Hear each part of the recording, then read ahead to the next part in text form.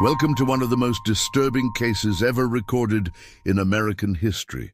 Before we begin, I invite you to leave in the comments where you're watching from and the exact time you're listening to this narration. We're interested to know what places and what times of day or night these documented accounts reach. In the autumn of 1852, a series of unusual events began to unfold at Ravens Cross Plantation in Beaufort County, South Carolina. The events would forever alter the lives of those involved and leave an indelible mark on the region's history. The once prestigious Harrington family name became associated with whispers and averted gazes when mentioned in polite society. According to county records, on November 13th, 1852, plantation owner Elias Harrington, aged 31, filed unusual documentation with the local magistrate. What made these papers remarkable was not their existence, but rather what they omitted. The spaces where a bride's name should have appeared were conspicuously blank, though witnesses had signed their names attesting to a legal union. Local newspaper archives from the Charleston Mercury, dated November 15th, briefly mentioned that a wedding of unusual circumstance has occurred at Ravens Cross, without providing further details. This vague reference marked the beginning of what investigators in 1939 would later call the Silence of Ravens Cross. The plantation, situated approximately 17 miles from Charleston proper, had long been known for its rice production and the Harrington family's particular brand of detached cruelty toward those they enslaved. Elias Harrington had inherited the property following his father's death in 1847. And by all accounts was regarded as a calculating businessman with a fondness for gambling that bordered on obsession. The Beaufort County Historical Society archives contain fragmentary accounts indicating that in the months preceding November 1852, Harrington had accumulated substantial debts to a merchant banker from Philadelphia named Isaac Thornton.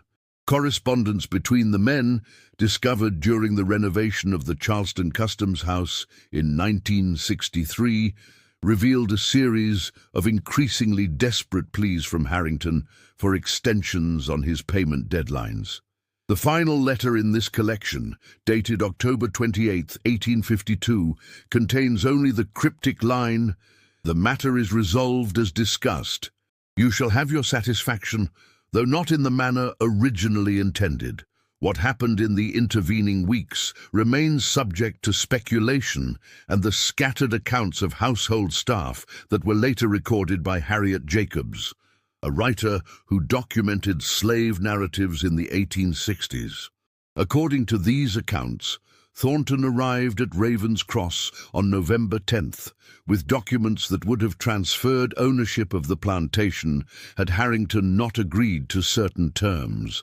The nature of these terms was not explicitly stated in any surviving records, but the household staff reported that Thornton departed the following morning looking uncommonly pleased with himself, while Harrington remained locked in his study for 2 days, refusing meals and visitors. The overseer's log from this period, preserved in the South Carolina Historical Archive, notes unusual instructions to prepare the small chapel on the grounds for a ceremony, and to ensure that a woman identified only as M was bathed, dressed appropriately, and brought to the main house on the evening of November 12th. The identity of this woman remained unrecorded in official documentation, but household accounts consistently refer to a Martha, described as an enslaved woman who worked primarily in the plantation house kitchen. Martha was reportedly in her late 20s and, according to the household inventory from 1850, was valued at $800, a sum lower than most domestic workers, with a notation indicating she was stout in figure, unsuitable for field labor. The morning after the mysterious ceremony, several notable changes occurred at Ravens Cross. The overseer's log indicates that Martha was removed from kitchen duties and assigned a small room adjacent to the main house that had previously served as a sewing room. Additionally, Harrington instructed that she was to be addressed as Madam by the household staff, an instruction that was enforced with unusual severity. According to accounts collected by Jacobs, one young enslaved man who failed to use this title was sold to a plantation in Georgia the following day. What makes this case particularly disturbing is not merely the implied nature of the arrangement, but the psychological transformation that witnesses described in both Harrington and Martha in the months that followed. Harrington, once known for his sociable nature among Charleston's elite families, withdrew from society. The plantation's guest ledger, which had regularly recorded weekend hunting parties and evening entertainments, shows only 3 visitors between November 1852 and June 1853, all of them business associates rather than social callers. Martha's transformation was reportedly more complex. According to kitchen staff accounts, she initially appeared terrified and confused by her change in status. One account describes her hands shaking so severely during her first dinner at the main house that she shattered a porcelain cup, resulting in her confinement to her room for 3 days. By February 1853, however, household staff reported that Martha had adopted an unnervingly calm demeanor. She rarely spoke, even when addressed directly, but was observed watching Harrington with an intensity that made the household staff uncomfortable. The plantation's expense ledgers from this period show unusual purchases: a set of women's clothing from a dressmaker in Charleston who typically served the elite families of the region, a silver hand mirror, and most curiously, a locked wooden box with brass fittings delivered from a cabinet maker in Savannah. The purpose of this box remained unknown until 1896, when the plantation house underwent renovation following a minor fire, and the box was discovered sealed inside a wall cavity in what had been Martha's room. The contents of the box, according to the account of Reverend Thomas Whitmore, who was present when it was opened, included several unusual items: a contract written in what appeared to be blood rather than ink, a small cloth doll with pins inserted into its torso, and a letter addressed to "My dearest daughter," dated 1831. This letter, now preserved in the University of South Carolina's special collections, was written by a woman who identified herself only as "your mother, who loves you still, though we are parted." The letter suggests that Martha may have been the daughter of her owner, a not uncommon circumstance on plantations, but rarely acknowledged so explicitly in writing. By June 1853, the situation at Ravens Cross had deteriorated further. The plantation's financial records show declining productivity, and correspondence between Harrington and his cotton factor in Charleston indicates increasing concern about the plantation's viability. More troubling are the medical records kept by Dr. William Fincher, who attended to the plantation's enslaved population. His ledger notes treating Harrington for nervous exhaustion and persistent insomnia on 4 occasions between March and June. The doctor's private notes, discovered among his effects after his death in 1878, express concern about Harrington's mental state, describing him as a man consumed by some private terror he refuses to name. On July 7, 1853, Harrington was found dead in his study. The official cause of death was recorded as apoplexy, a common diagnosis for sudden death at the time. However, Dr. Fincher's private correspondence with a medical colleague in Philadelphia, uncovered during research for a medical history of the region in 1957, suggests he suspected poisoning but had no means to prove it. The letter states, "The circumstances are such that I dare not suggest my suspicions openly, but the dilation of the pupils and the unusual rigidity of the corpse are consistent with certain plant toxins known to be used in folk remedies by some of the African population. What happened to Martha following Harrington's death remains one of the most disturbing aspects of this case. According to plantation records, she was not present among the enslaved persons inventoried for the estate settlement. No record of her sale exists, nor any documentation of manumission. She simply vanished from all official records. Local folklore, collected by WPA writers in the 1930s, includes stories of a woman matching Martha's description who appeared in a small maroon community in the swamplands near the Combahee River, approximately 30 miles from Raven's Cross. These accounts describe her as refusing to speak of her past, but possessing unusual items of value, including silver tableware and a man's gold pocket watch. The most compelling evidence for what may have actually occurred at Raven's Cross came to light in 1959, when archaeologists from the University of North Carolina conducted an examination of the Plantation cemetery. Among the marked graves of the Harrington family, they discovered an unmarked burial approximately 6 feet from Elias Harrington's headstone. The skeletal remains were those of a woman estimated to have been in her late 20s or early 30s at time of death. What made this discovery particularly strange was the presence of expensive jewelry buried with the body, items consistent with those that would have belonged to the lady of the plantation, and the position of the skeleton's hands, which were bound together with what appeared to be silk ribbon that had partially survived decomposition. The investigation was never completed. According to newspaper accounts from the Columbia State dated August 12, 1959, the lead archaeologist, Dr. James Merritt, abruptly abandoned the project after allegedly experiencing what colleagues described as a severe psychological break. He resigned his position at the university and reportedly moved to Arizona, refusing all further contact with former associates. His field notes, preserved in the university archives, end with a disturbing entry. "Something is wrong with this place. I dreamed of her again last night. She was standing at the foot of my bed, watching, not speaking, just watching. The weight of her gaze was unbearable." In 1961, Reverend Whitmore's grandson donated a collection of his grandfather's papers to the Charleston Historical Society. Among them was a journal containing an account of a conversation with an elderly woman named Pearlie Mae Johnson in 1910. Johnson had been a child at Raven's Cross during the events of 1852 and 1853. Her account offers perhaps the most disturbing perspective on what transpired. According to Reverend Whitmore's notes, Johnson claimed that Martha had indeed married Harrington under duress as part of some arrangement with Thornton, but what followed was not what either man had anticipated. Johnson described Martha as having knowledge of root work, traditional African spiritual practices that had been preserved among some of the enslaved population. In the weeks following the marriage, Johnson claimed to have witnessed Martha collecting specific plants from the plantation grounds at night and adding substances to Harrington's food.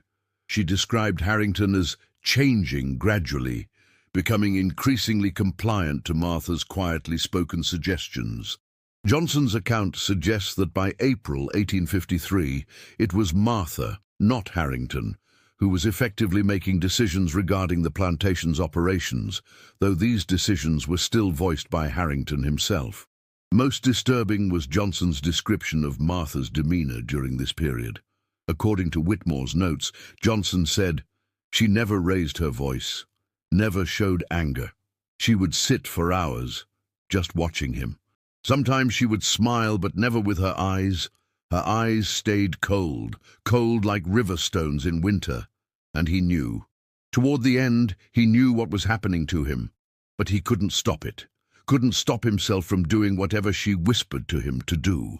The Archaeological Survey of 1959 also revealed another troubling detail that was only briefly mentioned in the official report before the project was abandoned. In the basement of the plantation house, beneath the floorboards of what had been Martha's room, they discovered a small cavity containing a collection of personal items: a man's cravat pin, a lock of hair tied with string, and most significantly, pages apparently torn from Harrington's personal journal. These pages, now housed in the South Carolina Historical Society archives, contain increasingly frantic entries from May and June 1853. One entry reads, "I can no longer trust my own mind. My thoughts seem foreign to me, as though someone else places them there. I find myself doing things I have no memory of deciding to do. The servants look at me with fear, but not the kind of fear I once inspired. It is as though they see something in me that I cannot see myself." The final entry, dated June 29th, just days before Harrington's death, contains only a single line. "She watches me even when she is not in the room. I can feel her gaze penetrating the walls." What actually occurred at Ravenscross Plantation during those 8 months remains subject to speculation.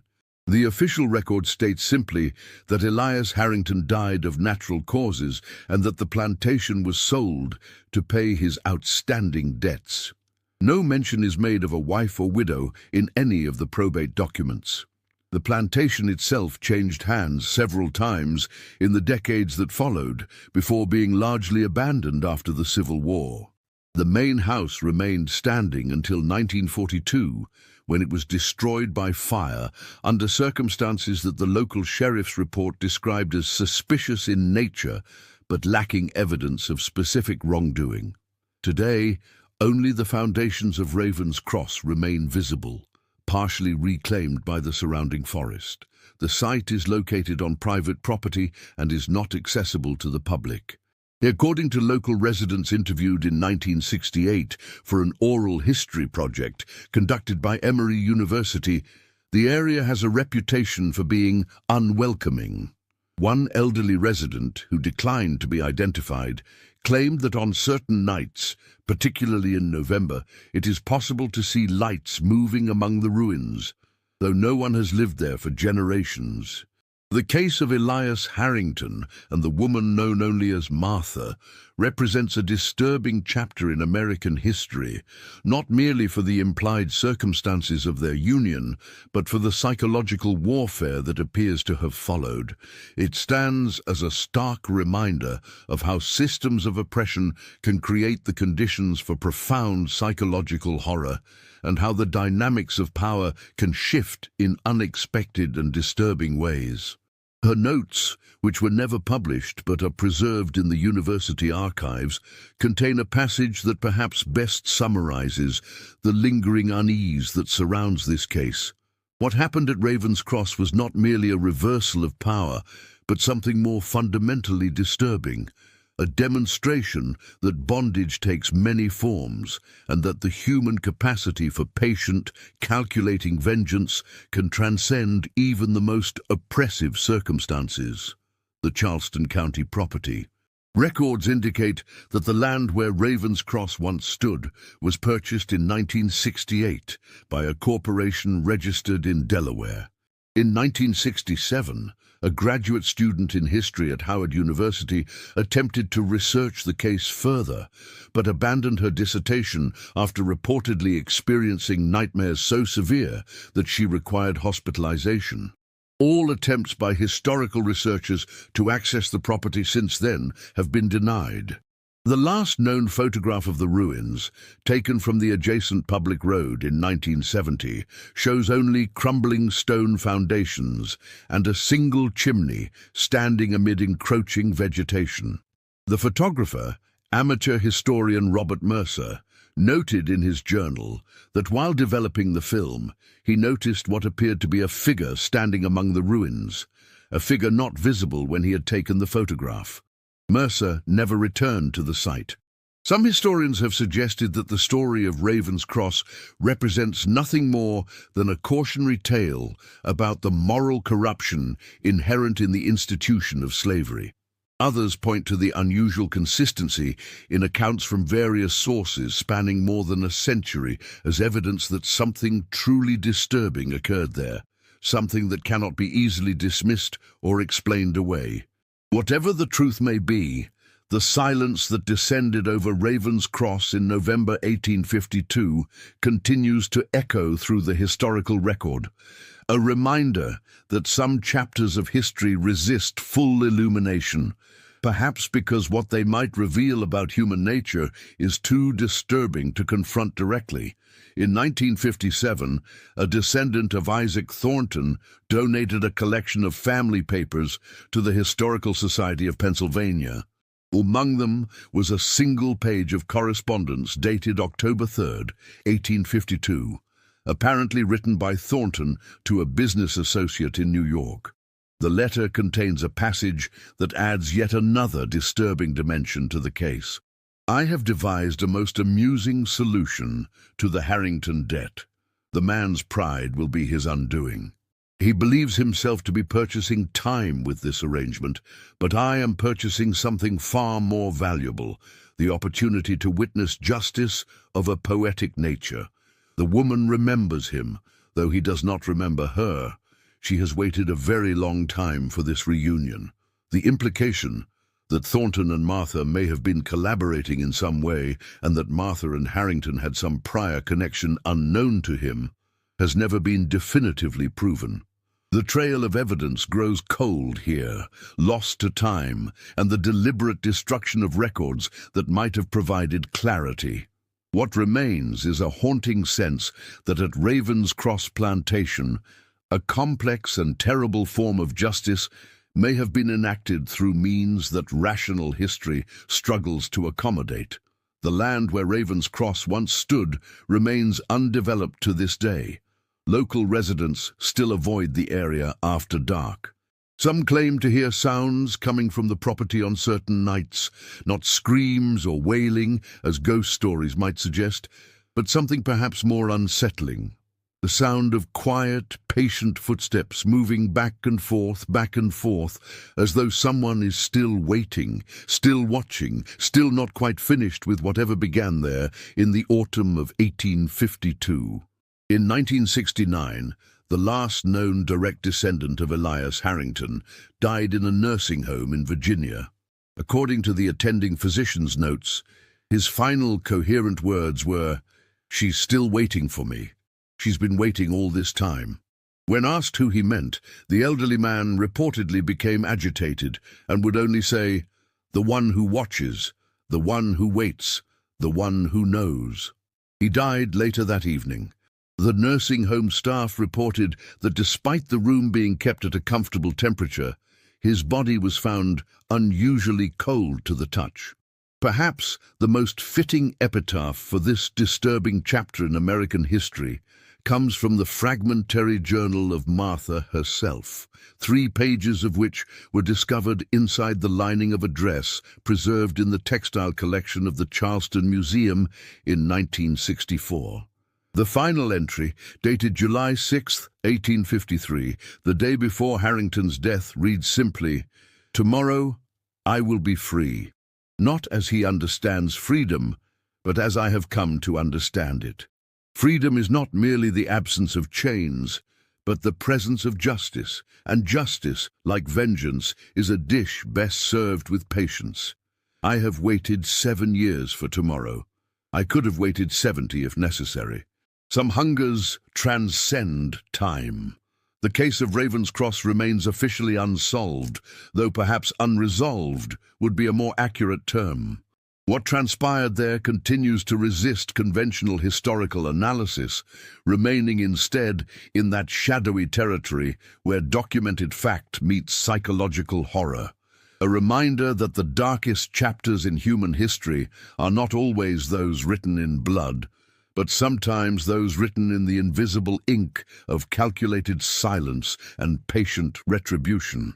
In 2002, during an academic conference on historic preservation in Charleston, Professor Amelia Richardson from Georgetown University presented findings from her research into Ravenscross.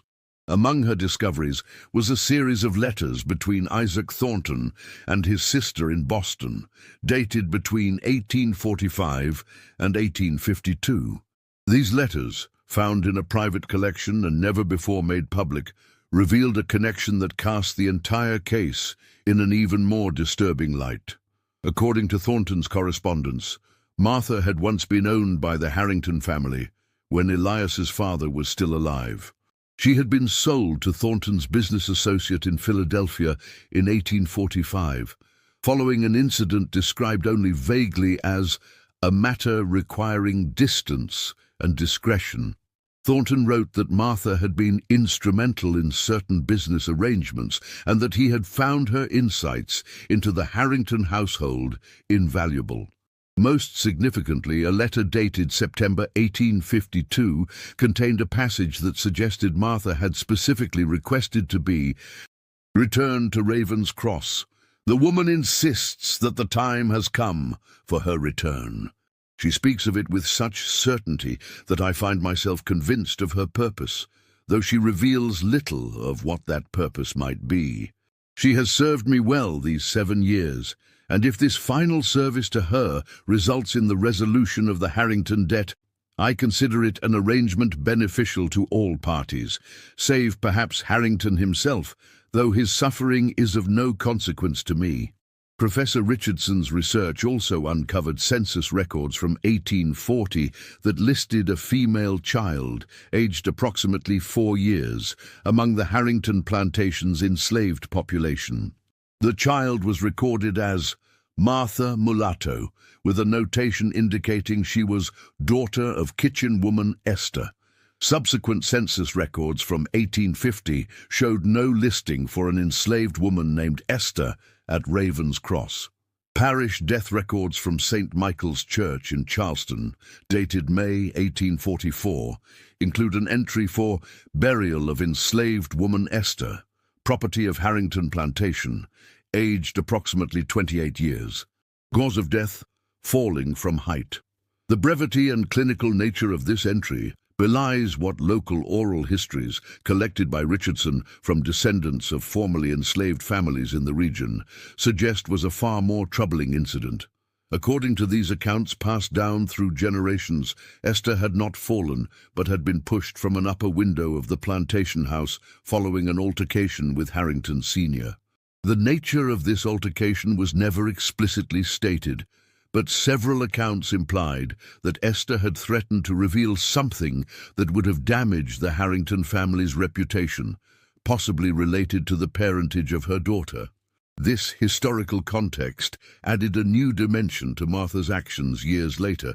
What had appeared to be a simple case of role reversal and psychological manipulation now suggested something more calculating. A years-long plan for a very specific form of justice. If Martha was indeed the daughter of Elias Harrington's father, as the circumstantial evidence suggested, then her engineered marriage to Elias carried disturbing implications of calculated retribution across generations. Dr. Lawrence Pemberton, a historian specializing in the psychological aspects of American slavery, wrote in his 2005 analysis of the case, "What makes Raven's Cross uniquely disturbing is not merely the inversion of power, but the methodical patience with which this retribution was apparently planned and executed.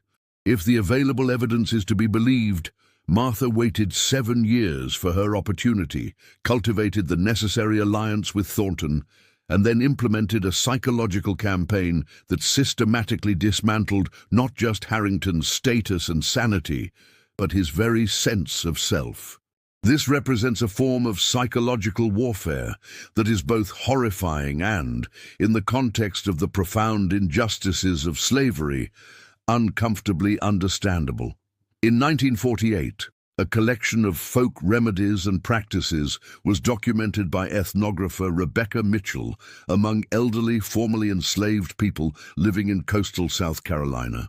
One section, titled "Ways of Binding," described methods by which one person could allegedly gain psychological control over another through a combination of herbal preparations and psychological manipulation. The text noted, "The most powerful binding is achieved not through force or fear, but through patience and the gradual replacement of the target's will with one's own. The process is described as hollowing out the person from within, creating a shell that moves and speaks as directed while believing itself to still be autonomous." This folk practice bears striking similarities to the transformation described in Harrington during the months before his death. Whether such methods could actually produce the effects attributed to them remains a matter of scientific skepticism, but the psychological aspects, the creation of dependency, the erosion of will through isolation and manipulation, are well-documented phenomena in modern psychological literature. Perhaps the most tangible evidence regarding Martha's fate came to light in 1962, when a small leather-bound journal was discovered during the renovation of a historic home in St. Augustine, Florida. The journal, which covered the period from August 1853 to March 1854, was written by a woman who identified herself only as M.H. The contents described a journey southward from South Carolina and the establishment of a new life under an assumed identity. The journal made no direct reference to Raven's Cross or Harrington, but contained several passages that seemed to allude to a previous life and a concluded act of retribution. One entry, dated December 21, 1853, read, "I dreamed of the plantation last night. In my dream, I stood in his study once more, watching as he wrote the letters I dictated. His hand moved across the page, but the words were mine. Even in death he serves my purpose. The papers transferring ownership are legally binding, though the name I used is not my own. The transaction is complete. The circle is closed. What was taken has been returned." Handwriting analysis conducted by the University of Florida in 1965 concluded with high probability that the journal author was the same person who had written the 3 pages found in the dress lining at the Charleston Museum. If this was indeed Martha's journal, it suggests she not only survived Harrington, but managed to secure ownership of property, possibly using documents Harrington had been compelled to sign before his death. The journal's final entry, dated March 15, 1854, contains a passage that many researchers have found particularly chilling. "I have ceased to look over my shoulder. There is no need. What pursued me has been laid to rest. What remains is a life neither free nor bound, but something else entirely, a life defined not by what was done to me, but by what I chose to do in return. Some would call it vengeance. I call it balance restored. The scales that were tipped for so long have finally found their center. I sleep without dreams now." The home where the journal was discovered had been owned from 1854 to 1872 by a woman registered in property records as Margaret Hamilton, described in local church records as a free woman of color of means.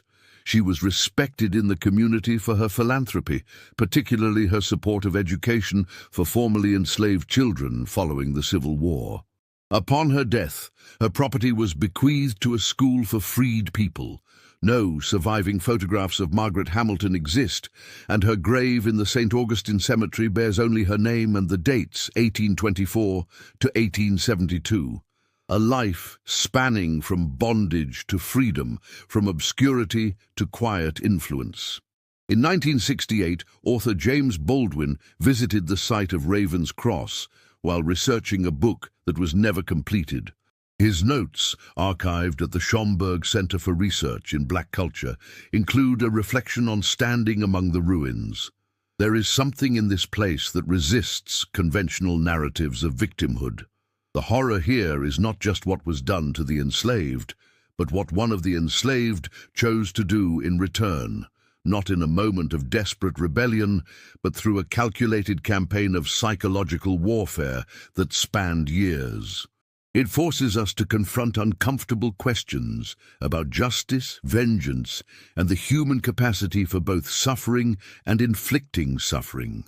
The truly terrifying aspect of Raven's Cross is not that it reveals the inhumanity of the enslaver, which history has amply documented, but that it reveals the full humanity of the enslaved, including the human capacity for methodical retribution. In 1971, a descendant of Isaac Thornton published a family memoir that included a brief but significant detail about his ancestors' connection to the Raven's Cross case. According to family law, Thornton had first met Martha when visiting the Harrington Plantation on business in 1844, the year before she was sold to Philadelphia. The memoir states, "Family tradition holds that our ancestor recognized something exceptional in the young woman's composure and intelligence following her mother's death. He arranged her purchase specifically because he saw in her a useful ally in his ongoing business rivalry with the Harringtons.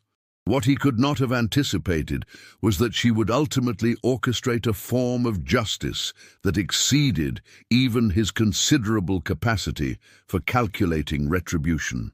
The memoir also suggests that Thornton's decision to use Martha as an instrument in forcing Harrington into a humiliating marriage was not entirely his own idea. According to the author, family letters indicated that the plan originated with the woman herself, who suggested it with such compelling logic that Thornton came to believe it was his own inspiration. This pattern of subtle influence that leaves the influence party believing they have maintained their autonomy mirrors precisely what later reportedly occurred between Martha and Harrington, suggesting a methodical approach to manipulation that Martha had refined over years. In 1984, during an archaeological survey of the Ravens Cross site, conducted as part of an environmental impact study for a proposed development, which was ultimately abandoned, researchers discovered a small underground chamber beneath what had been Martha's room in the plantation house. The chamber, approximately 6 feet square and 5 feet high, contained evidence of habitation: a small pallet, remnants of candles, and most significantly, the walls were covered with writing. Much of this writing had been rendered illegible by moisture and time, but portions remained decipherable. Dr. Eleanor Jenkins, the archaeologist who documented the chamber, described the writing as a methodical record of observed behaviors, weaknesses, and potential points of psychological vulnerability. The fragmented text included observations about sleeping patterns, food preferences, superstitions, and fears. One legible section read, "Fears silence more than noise. Fears stillness more than motion. Fears watching more than confrontation. Use this." Another section contained what appeared to be a schedule or timeline, with dates spanning several years, though the associated events were no longer readable.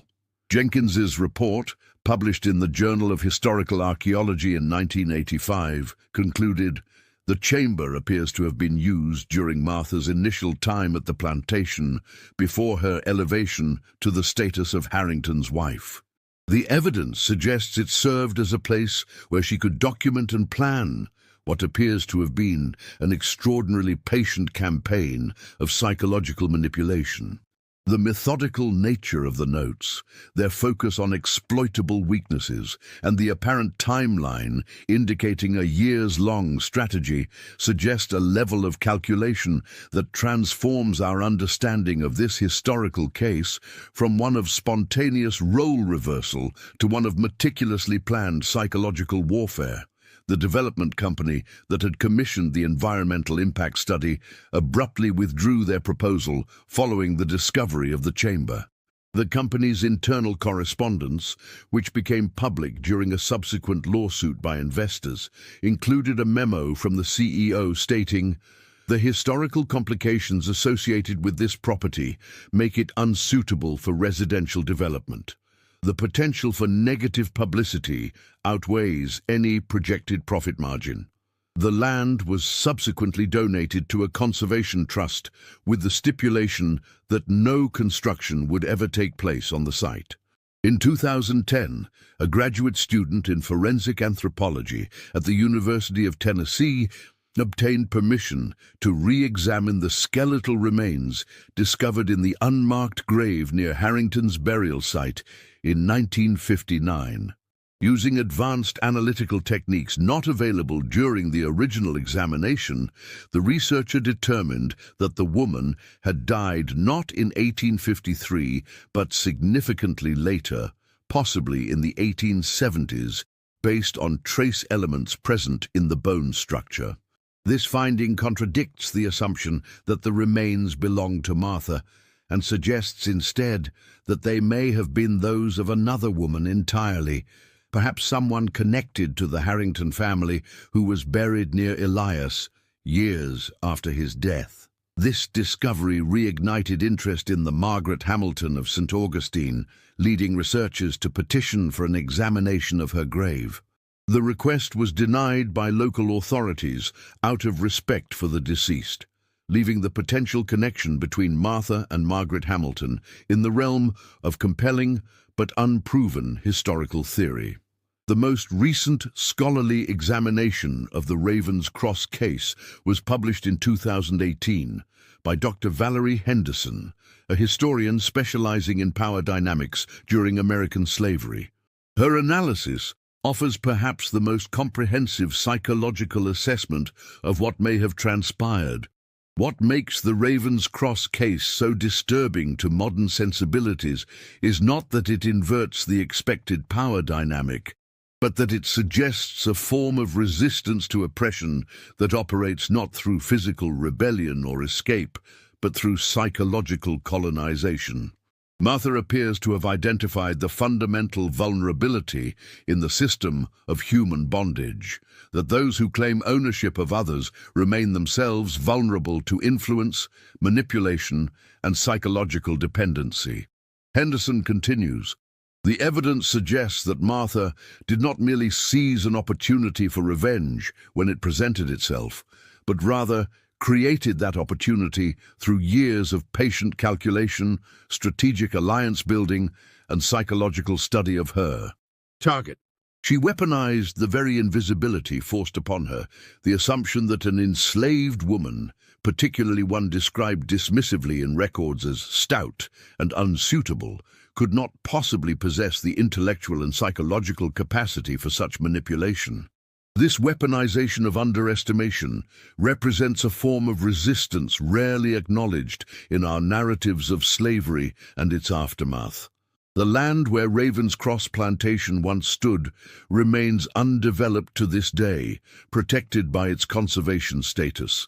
Local residents continue to report unusual experiences in the vicinity, not dramatic supernatural phenomena, but subtle, disquieting sensations, the feeling of being watched, sudden inexplicable anxiety, or what one visitor in 2015 described as a weight of attention, as though the land itself is evaluating you. Historians, psychologists, and cultural theorists continue to debate the significance of the Ravens Cross case. Some view it as a powerful, if disturbing, example of resistance within an oppressive system, while others question the ethical implications of celebrating what appears to have been a campaign of psychological torture, regardless of the justification. What remains undisputed is the case's power to unsettle conventional narratives about power, agency, and the human capacity for both suffering and calculated retribution. Perhaps the most fitting epilogue to this disturbing chapter in American history comes not from academic analysis, but from the words attributed to Martha herself. In the final page of the St. Augustine Journal, "They will look for me in graveyards and records, in the spaces between official histories. They will not find me there. I exist now in the silence between spoken words, in the hesitation before action, in the moment of doubt that precedes certainty. I have become what was done to me, transformed and returned. Justice is not always loud. Sometimes it whispers, sometimes it merely watches and waits. I have learned to be patient. I have learned that the most complete victory is the one your adversary never recognizes as defeat, when they believe themselves still in control, even as the ground shifts beneath them. There is power in being underestimated. There is freedom in being overlooked.